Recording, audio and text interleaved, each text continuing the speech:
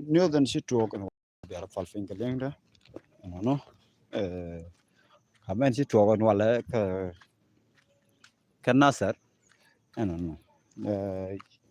She get others for the Kaman she talk okay, while I'm going to be a falfing calendar could be a jilling. No, Major Aminu and Channel Amino. Go over a like a calendar. Me jen go to con with ten tamani. Rapalping calendar.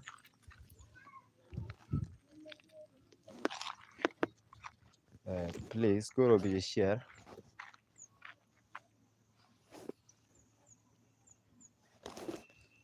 Go to share. Cabbage market it cocker kel. Cabbage ramen yoga in channel. Go to just subscribe. Go to marriage kel can it cockian. Go to banaman to work. Can nasar. Go to banajal. Ramen yoga in channel. Kajojo. I been can channel. Go to just subscribe. Kenyam. Pass. Bakon kula waka ngale ko goro brand comment no awalene kamen si nasar ko awalene sha na do mai ken nasar shi amatot cha jo na ma wayami kene de kuma min sole SSPT sha amatot cha jo to ama ko ngoda bo ken konto but sha amatot cha jo Kejen wasna katalari nal mishiben mishibok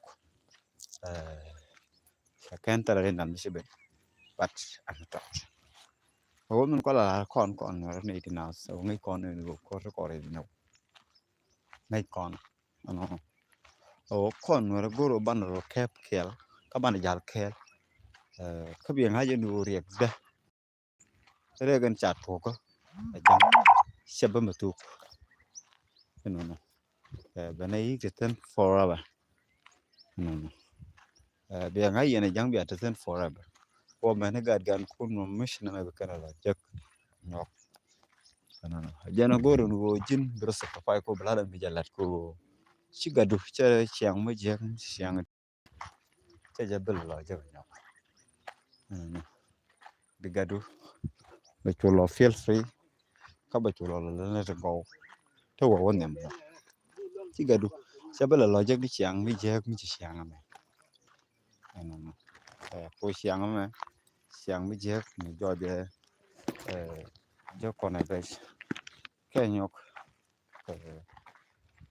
kabi quay con lagat con ta joje je resistant kero nyo la ja ka bech na me dan ke jang dide shi matot no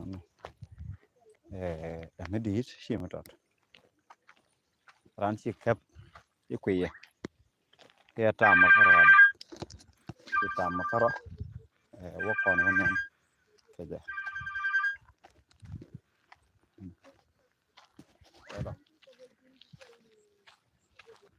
malia